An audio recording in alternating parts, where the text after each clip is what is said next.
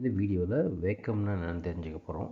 பொதுவாகவே வெற்றிடம் அப்படின்னு சொல்லுவோம் வேக்யூம்னா இல்லையா? ஸோ வெற்றிடம்னாலே அதிலே நம்மளுக்கு பொருள் இருக்குது. என்ன அப்படின்னா அந்த இடத்துல எதுவுமே இல்லை. ஸோ இந்த வேக்யூம்ங்கிற வார்த்தை வந்து லட்டின் வேர்ட்லேருந்து எடுக்கப்பட்டது. லட்டின் வேர்டில் வந்து வேக்யூம் அப்படின்னா என்னென்னா எம்டின்னு அர்த்தம். ஓகேவா? ஸோ அப்படி தான் இந்த வேக்யூம் வேர்டு வந்து டிரைவ் ஆகிருக்கு. ஸோ இப்போ நம்ம வேக்யூம்னா பார்ப்போம். ஸோ ஆக்சுவலாக இந்த வேக்யூம்ங்கிற வார்த்தைக்கு அமெரிக்கன் வேக்யூம் சொசைட்டி ஏவிஎஸ்ன்னு சொல்லுவாங்க. 1958 அதுக்கு ஒரு டெஃபினேஷன் கொடுத்துருக்காங்க. ஓகேவா? So these are the people who அவங்க வந்து இது ஒரு ஸ்டாண்டர்டை வந்து டிசைட் பண்ணுறாங்க அமெரிக்கன் வேக்யூம் சொசைட்டிங்கிறவங்க. ஸோ அவங்களோட ஸ்டேட்மெண்ட் படி vacuum refers to a given space filled with gas at pressure below the atmospheric pressure.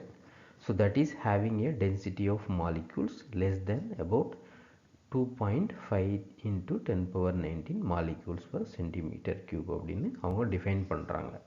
So அப்படின்னா என்னன்னா வேக்யூம்ங்கிறது ஒரு ஸ்பேஸ். அந்த ஸ்பேஸில் ப்ரெஷர் வந்து அட்மாஸ்பரிக் ப்ரெஷரோட கம்மியாக இருக்கணும். அந்த மாதிரி ஒரு இடத்த நம்ம பொதுவாகவே வேக்யூம்னு சொல்ல ஆரம்பிச்சிருவோம்.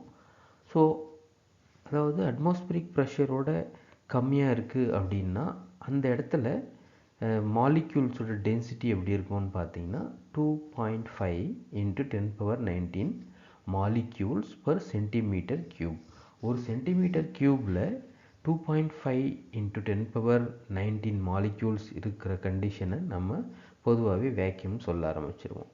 ஸோ இந்த மாலிக்யூலர் டென்சிட்டியை பொறுத்து இந்த வேக்யூம் வந்து 3 வகையாக நம்ம சொல்லுவோம். ஜென்ரலாக ரஃப் வேக்யூம் அல்லது low vacuum, medium vacuum, ultra high vacuum சொல்லுவாங்க. லோ வேக்யூமில் வந்து மாலிக்யூல் டென்சிட்டி கொஞ்சம் அதிகமாகவே இருக்கும். மீடியம் வேக்யூமில் வந்து ஸோ அதை விட கொஞ்சம் கம்மியாக இருக்கும் மாலிக்யூல்ஸ். அல்ட்ரா ஹை வேக்யூமில் மாலிக்யூல்ஸோட கவுண்ட் வந்து ரொம்பவே கம்மியாக இருக்கும்.